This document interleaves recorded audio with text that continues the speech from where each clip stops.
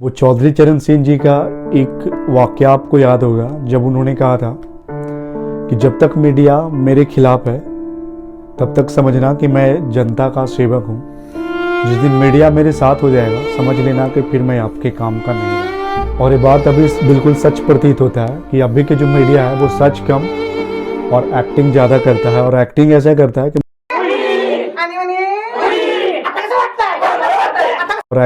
करता है कि मुझे लगता है कि हॉलीवुड भी इसके सामने फेल। जी हाँ, अभी मैं बात करूंगा रियलिटी ऑफ मीडिया का कि आज हमारे देश में मीडिया का क्या सच्चाई है, मीडिया किस तरह से अपना काम कर रहा है। मन करता है कि पत्रकारिता में आने का। जी सर, जी बिल्कुल।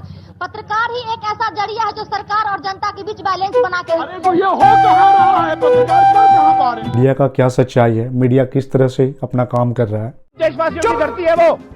झूठ बोल रहे हैं आप इस डेट पर, झूठ बोल रहे हैं इस डिबेट पे। इसके साथ क्या है? आप ही के साथ बैठकर तुम हमको बात करवाते हो। गलवान वैली में कब्जा हो गया है, हमारी जमीन ले गया है हमारे। अभी अगर देखें तो देखने से लगता है कि भारत में पत्रकारिता नाम का कोई चीज अब नहीं रहा। पत्रकार का धर्म है कि निष्पक्ष होकर पत्रकारिता करना, लेकिन जब पत्रकार ही कुछ ऐसा करने लगे तो ऐसा होना लाजमी है। मैं तुम्हें भड़वा कहता हूँ, दलाल कहता हूँ, और बताओ और इससे ज्यादा भी कुछ बोलिए। बिल्कुल। डिबेट कोई बुरा चीज नहीं है। डिबेट पहले भी होता था, पहले इसे वाद्य विद्या कहा जाता था।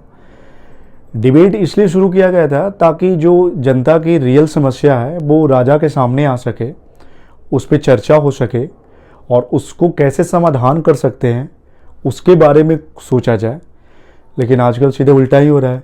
जो और हाँ, हेलो मैं अरे तू क्या मारेगी, तू क्या मारेगी मुझे, अरे तू क्या मारेगी, ये हाथ जो जरूरी मुद्दा होता है, चाहे वो छात्रों का हो, चाहे वो रोजगार का हो, चाहे वो स्वास्थ्य का हो, उसे इस तरह से नज़रअंदाज किया जाता है जैसे वो इनके लिए कोई मैटर ही नहीं करता है।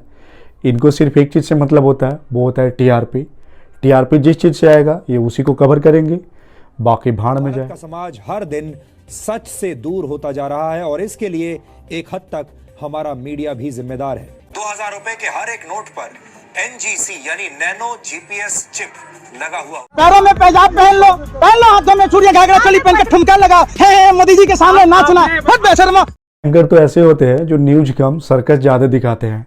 और अगर सच कहे तो मैं जब छोटा था तो सर्कस वाले गांव में आते थे और हम लोग देखने जाते थे, लेकिन ये उनका जॉब इन्होंने छीन लिया। सुशांत सिंह राजपूत अय्याश थे, रिया के काले जादू के सामने फिर सुशांत। शाम को एक डिबेट इस चैनल पे आता है कुरुक्षेत्र नाम से, लेकिन जब स्क्रॉल करके मैंने देखना शुरू किया तो मुझे एक भी टॉपिक इसमें ऐसा नहीं लगा जो लगे कि देश के हित में हो या देश के भविष्य हो। इसमें सिर्फ मुद्दा चुनाव का था, बीजेपी का था, कांग्रेस का था।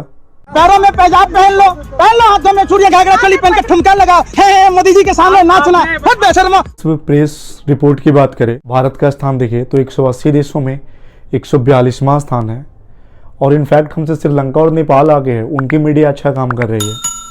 और देखने के बाद शर्म लगता है। एक पत्रकार का काम होता है निष्पक्ष रूप से जनता की समस्या को सरकार के सामने लाना और सरकार से पूछना, लेकिन ये सरकार से पूछने के बजाय जनता से ही पूछते हैं।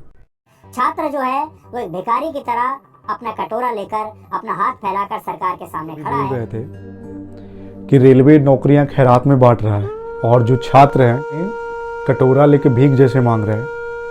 ये देख के मुझे इतना अफसोस हुआ। ये जो एसी में बैठ के जो बड़े बड़े एंकर इतना लंबा चौड़ा भाषण देते हैं, मैं पूरे दावे के साथ कह सकता हूँ ये सबसे छोटा पोस्ट जो रेलवे में होता है ग्रुप डी, उसका बच्चा जितना मेहनत करता है और उसका एक दिन भी अगर ये मेहनत कर ले तो इनका धुआं निकल जाएगा। तुम्हें शर्म है कुछ?